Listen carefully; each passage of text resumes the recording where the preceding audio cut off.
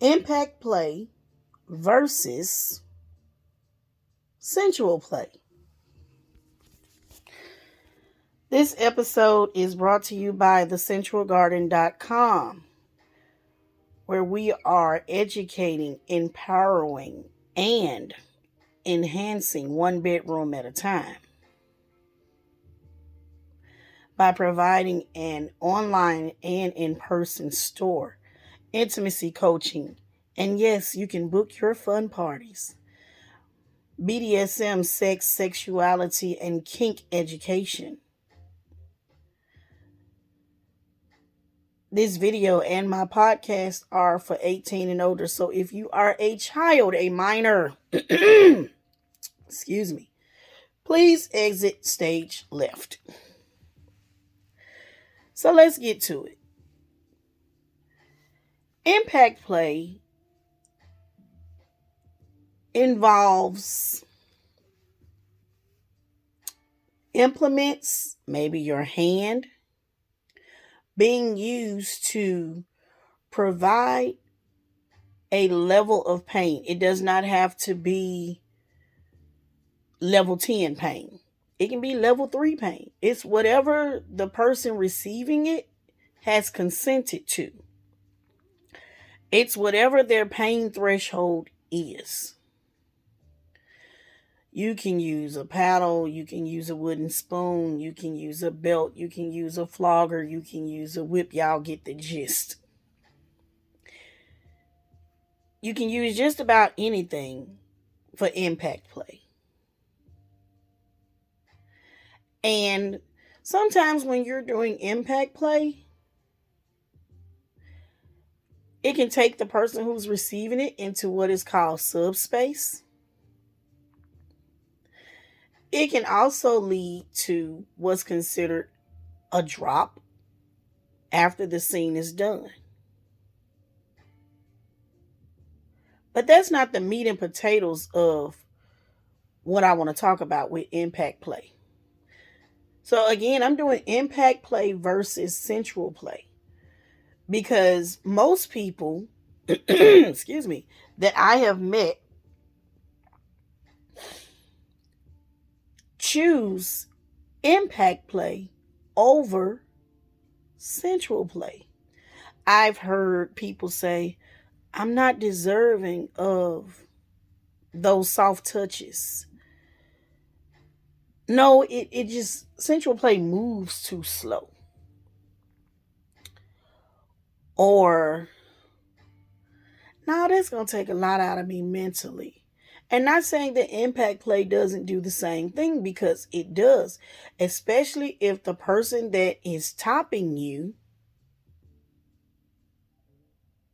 is good at what they do. Because they can take you to highs like you've never experienced. Or you can get to lows you've never experienced. It just all depends on what you want and what you're doing. So, I posted on my Facebook page about impact play and sensual play, and how, excuse me, both of those can send you very, very high and then drop you very, very low. How they both have a lingering effect on your mental once it's over. But impact play allows you to keep certain aspects of yourself closed off.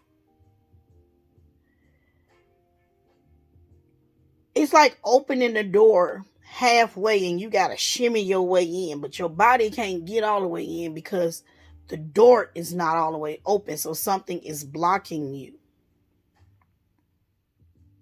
That's how I look at impact play. Have I received impact play? Yes. Have I given it? Absolutely.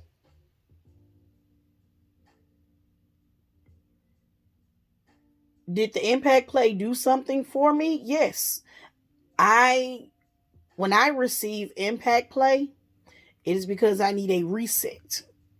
It is not my go-to of kink, but it's because I need a reset. My anxiety may have spiked or something like that. But again, with impact play, yeah, I'm only seen in maybe 10, 15 minutes. I'm not being aroused. I'm just simply getting a reset. So I don't have to get in my head as much. But y'all excuse me, I got this. I don't know what it is. But anyway, it's my sinuses, I do know that.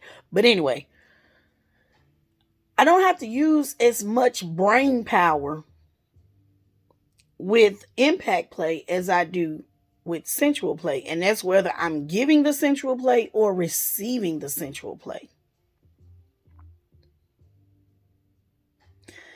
And a lot of people are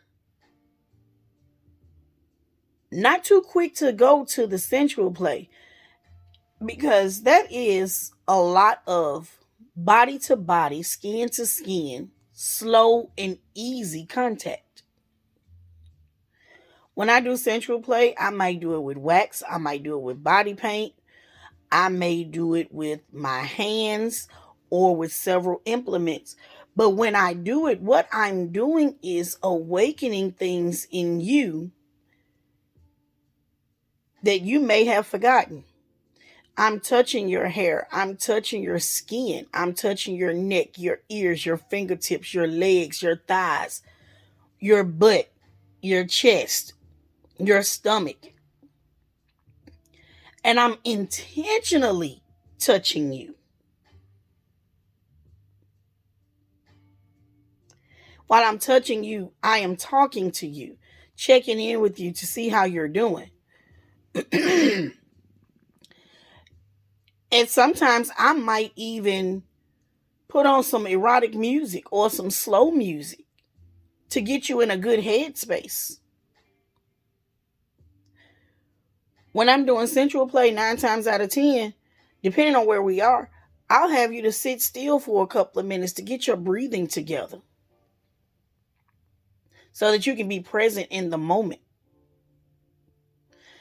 And see, sensual play is not fast like impact play. I know it looks like impact play is slow at times, and it can be. But sensual play is slower. Because with sensual play, you're awakening things, like I said, that have otherwise been sleep and or ignored. So when you caress somebody's arm and you caress it slowly, they may get a chill. When you're pouring wax on them, and I don't use drip wax, I use paraffin wax, which is a straight pour. And I love doing that because it feels like a deep tissue massage to some people in the way that I do the wax play. But think about this. If you are not a romantic person, you're not into holding hands and cuddling and kissing and all of that good stuff, sensual play may take your mind for a whole loop. And I say that because you'll be on the receiving end of things that you wouldn't normally do in your regular time versus your playtime. No, I'm not going to kiss you and all of that. No, I don't do all of that in my sensual play. Don't get it twisted. No. But like I said, I am going to put my hands on you a lot. I am going to talk to you, and it's not going to be forced talk. It's not going to be harsh talk.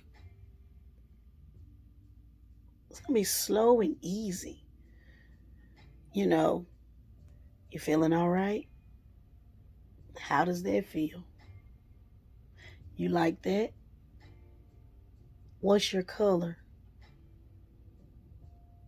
You want me to go harder or softer on that? Are you being stimulated right now? And all the while I'm talking to you, I got my hand on you somewhere. Are you ticklish? Do you like being tickled? And I'm paying attention to your body because your body is going to tell me where to stop, start, or keep going. Because I'm looking for those natural reactions. So if I do something and you arch your back, oh, you like that? Let me do that again. I'll even put headphones in your ear to cancel out the noise around you.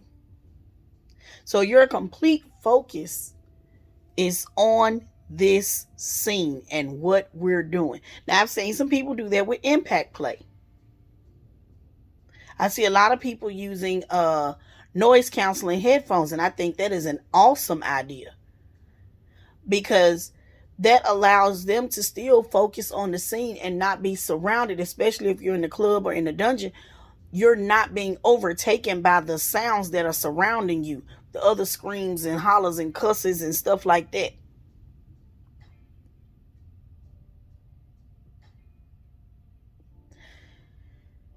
The goal of both sensual and impact play is to make sure that all of your needs are met. Whatever it was that you were trying to achieve from this scene,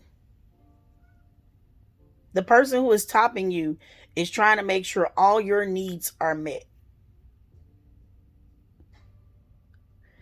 If you happen to get turned on, depending on who's topping you, that might be a plus for them. There's a method to the madness of the person who is topping you. Even though everything has been discussed and you picked out the implements and things of that nature, y'all have discussed how the scene is supposed to run. Still, the person that is in control of this scene, there's a method to their madness. Y'all can discuss it and it'll play out like you want it to play out, but may not play out in the order in which you thought it was going to play out. Because you have to allot for a little creativity on our part. No surprises. No, nothing like that. And when I say creativity, it might be well, instead of using the flogger first, I'll use the belt. You know. So yeah, it's a mental thing. But also, I'll go a step further and say it is a bit of a spiritual thing. Because you are connecting your mind and your body to receive whatever it is you're trying to receive. You're connecting your mind and your body to receive this spanking with this paddle and possibly the bare hand. You're connecting your mind and your body to receive these feathers that I'm about to put on you and drag along your skin.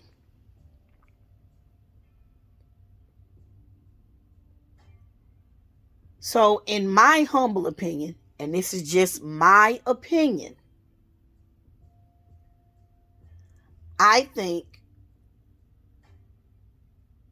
that sensual play takes more of a preparation for the person to receive it, for them to even say, I want this. Because they got to unlock some doors and unchannel some things and then channel into some things. Because you really don't know how that sensual play is going to work out for you. We know that 9 times out of 10, if you're receiving impact play, when it's over, you're going to get your aftercare. You're going to go on about your business. You may sub drop. You may not. You may enter subspace. You may not. But with sensual play, there's always this little thing that happens to most people. I didn't think I was going to be turned on. I almost came. I didn't know I could be touched like that. Wait, you can use this for that? Because it surprises people when, not all people, but some people, when I have my flogger, you going to use that for sensual play? Yes. I'm going to drag these falls across your body. I will lightly tap you with these falls of this flogger. Because what do most people associate a flogger with? Pain. Think about that. A lot of things in kink and BDSM are associated with pain. When you find that there's a sensualist on the premises, it's like, huh? What? Wait, what happened? Where you come from? And what you mean a sensualist? What you do? Tell me how that work. And I think a sensualist has to work just a smidgen harder in finding a play partner. And you have to be a little bit more creative when you have people bottoming for you. So, like, I can do wax and I'll add body paint, or I'll add light impact play, or I'll add temperature play. And all these things can be added with impact play, but with sensual play, you got to get a little bit more creative to ensure a good result. You have to sell sensual play a little bit harder than impact play. But it's okay, because BDSM kink is not a one size fit all. It's a pool. Like I say, you can sit on the side and dip your toes and wiggle them in the water, or you can take your ass over there and jump off the diving board and jump into the deep end. There's a place for everybody. We just have to trust the journey and trust ourselves. And we need to understand that it's okay to like sensual play and okay to like impact play. It's okay to combine the two.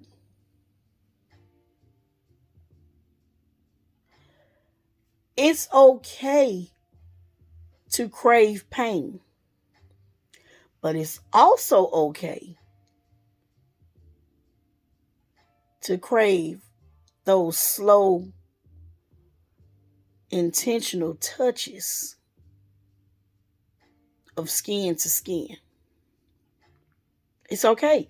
There is nothing wrong with you for wanting either of those. Let me say that again. There's nothing wrong with you for wanting either of those. It's okay. Like I said, I've done both. I've given impact play. I've given sensual play. I've given impact play and sensual play at the same time. I've put wax on someone and flogged it off of them. Was it deep and intense for them? Absolutely. I got a reaction from them that I had never gotten. And I was proud of myself. Surprised and proud. But the person trusted me enough that they were able to let go. And I think that's another thing. You have to be able to trust the person who is topping you, be it for the impact, be it for the sensual. You have to trust them enough to know they're not going to hurt you. and trust them enough to know you're good with letting go with them. It's okay to reveal my vulnerable self.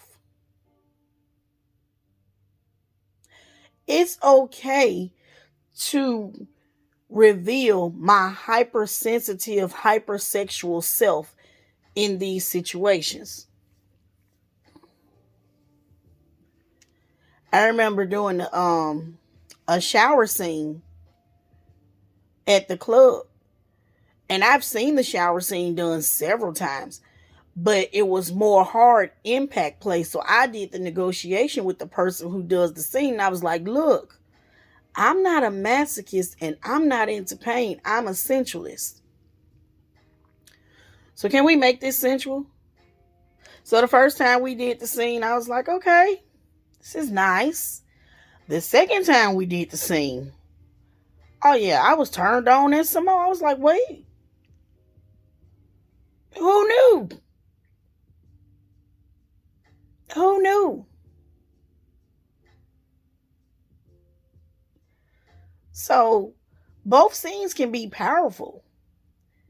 It's all in the level of trust that you have in your top. But the bigger thing is the level of trust and comfort you have in yourself. Are you comfortable enough to let go? Are you comfortable enough to embrace these emotions, sensations, these feelings in this setting and let it go? Release those moans, release those sighs, release those screams, release all of those reactions, because what your top wants to see and hear are your authentic reactions. That also tells us to stop, keep going, slow it down. Your sounds and your body language will tell us what we need to do or not do, what we need to add or not add, where we need to stay longer or where we need to get away from. So you see, impact play and central play kind of run parallel. But again, in my opinion, I think the central play weighs a little bit heavier on the mind, because it requires you to otherwise do some things that you probably won't do. You probably go to the dungeon. You know what? I'm going to let you give me 15 licks with your paddle. Afterwards, give me a bottle of water and I'm good.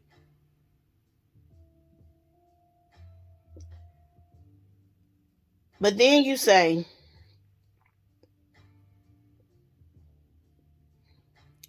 can you use your feathers, your floggers, your hands, maybe a little bit of wax or paint? But can you just relax me? I want to get a little taste of sensual. I've never had it. I don't know what it'll do to me. But can I have just a little bit of taste of sensual play?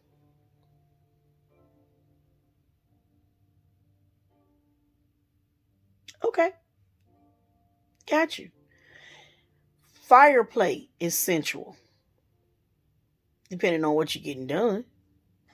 Electric play is sensual, depending on what you're getting done and how high the speed is. But fire play can also be impact play. Electric play can also be impact play. See how they can cross over into each other?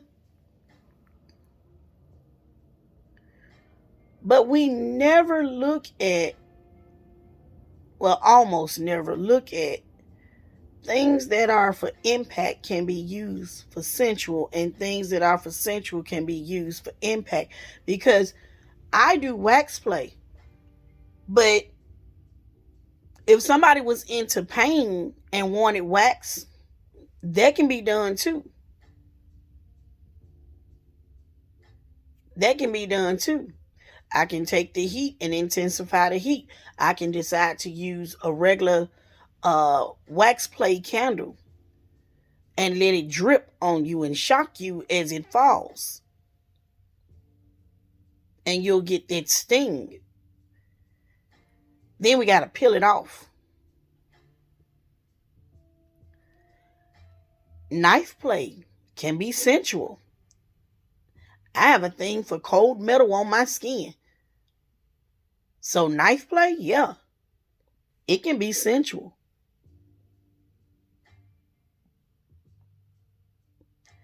So I think it's about opening your mind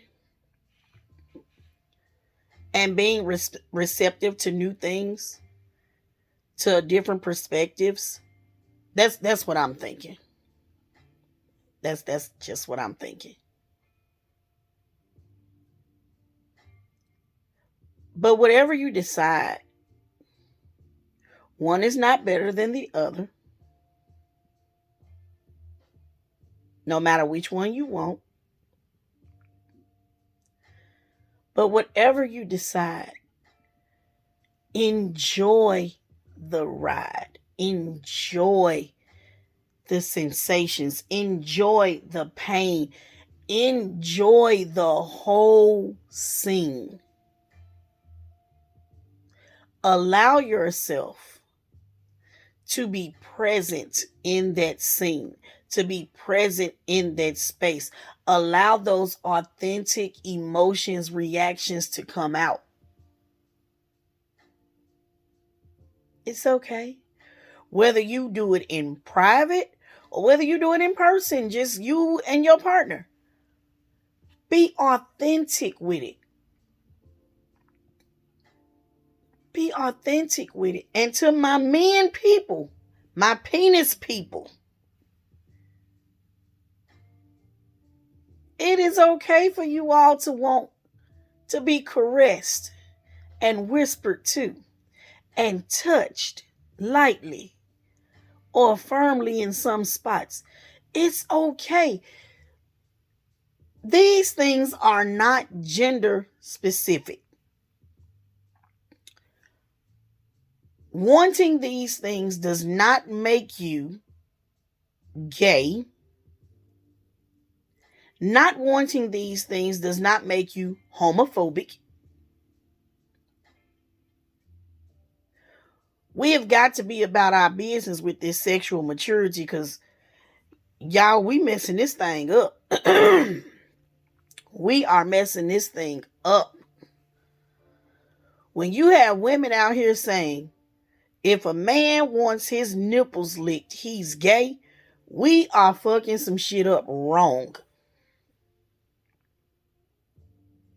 Oh, y'all didn't think I was gonna put that little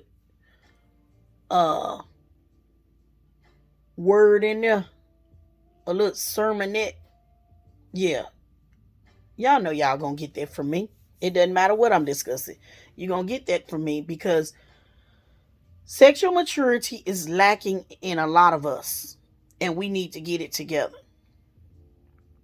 That's probably another reason why people aren't so quick to do sensual play, because of the stigma that is around it. We got to do better, y'all. We got to do better. We got to do better. But it's okay. It's a journey. It's a marathon. It's not a sprint. And we'll get there. We'll get there. So, what are your thoughts on impact play versus sensual play? Because I just gave you my thoughts. I was looking for feedback on social media, but Yeah, I just got somebody that told me this is good. I can't wait for the podcast. Y'all, I'm not right about everything. I don't even like to think that I'm right about everything. I just know some things and I watch and I study and I learn. That's what I do. I pay attention. I have conversation. And when I'm playing, I pay attention to those reactions. I pay attention to everything because I have to keep everything in my mental so that the next time I know we can ramp it up if you say so or pull it back. And I can give the next person who's going to bottom for me suggestions. Well, this is what I did this time. Do you think you'll like that? Well, we can try it if you want to. You tell me if it's a yes or a no. So, yeah, drop me a line at thecentralgarden@gmail.com for any questions, comments, or concerns. Hit me up. Hit me up on Facebook, Sensual Seductress. Hit me up on Instagram, the_sensual_garden.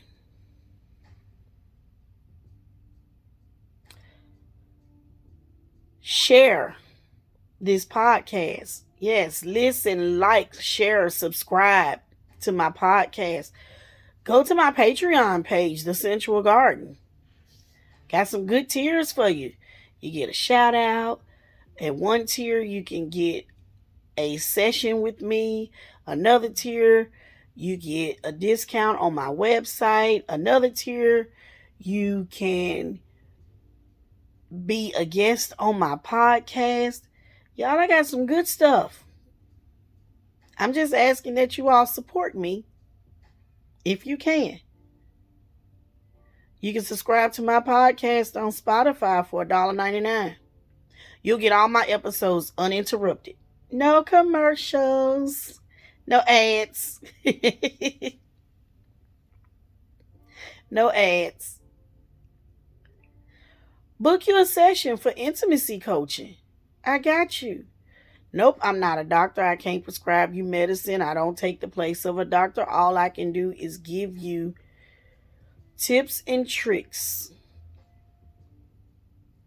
as to how to have some of the greatest sex and greatest intimacy with your partner or even with yourself. Because y'all do know that you can be sensual with yourself, right? And it goes beyond masturbation. I just had to throw that in there just in case somebody needed to know that. A single person can be sensual with themselves, should be sensual with yourself.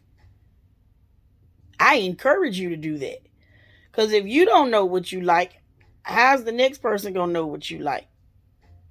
Then you be around here trying to shame somebody, talking about their sex is bad. No, their sex ain't bad. You just didn't tell them what you like because you didn't know what you like. Now, that's not the case for everybody, but I'm just saying. So, yeah. Don't forget to go online and shop thecentralgarden.com. Lots and lots and lots of goodies. Lots and lots and lots of goodies for you. And starting January 2023, the Central Garden will be putting out a newsletter via email. In the newsletter, there will be tips and tricks. There'll be a little BDSM education. I'll spotlight a toy or a lubricant or a bondage thing. I'll spotlight something from my website. I'll do a book spotlight. And I'll answer your questions in the newsletter as well. So if you want to be a part of my newsletter, hit my DM. I need your email address. And I'll be sending out a newsletter. Maybe every quarter. I'm not sure. It might be every month. But that's something else I want to do to help get the education out here. So again, I am the Sensual Seductress, aka Alluring. Oh, I forgot to tell y'all. I changed my name. Or as a friend of mine said, you didn't change your name, you enhanced your name. I am no longer a switch in the BDSM community. My new name is Mistress Alluring, and I spell it MYSTRESS, Alluring, where that my is on the front. That's my ownership. So when you're calling me Mistress Alluring, you're really saying my and then stress alluring, because I want you to know I'm here. So yes, I am a Dom, DOMME. I'm still a sensualist with sadistic tendencies. Yep, I'll caress you and beat you at the same time. I got you. And I'm still a mommy caregiver. So those roles haven't changed. I am just stepping into and owning my power. That's all. No cockiness or nothing. It's been a rough year. Y'all been with me through this journey. It's been a rough year. So I'm just stepping into a new space. And it feels right. I feel good about it. I'm confident in it. So yeah. Congratulations to me. Yes, I'm tooting my own damn horn. If I don't, who will? But yeah, again. Listen, like, subscribe, and share. Listen, like, subscribe, and share. Tell y'all friends about me. Send them to me. Send them to me. Let's get this thing growing and going. Until next time, keep it sexy. This is Mistress Alluring. And I'll holler at y'all next time, because I think I got one more podcast in me before the new year. Alrighty then. Keep it sexy.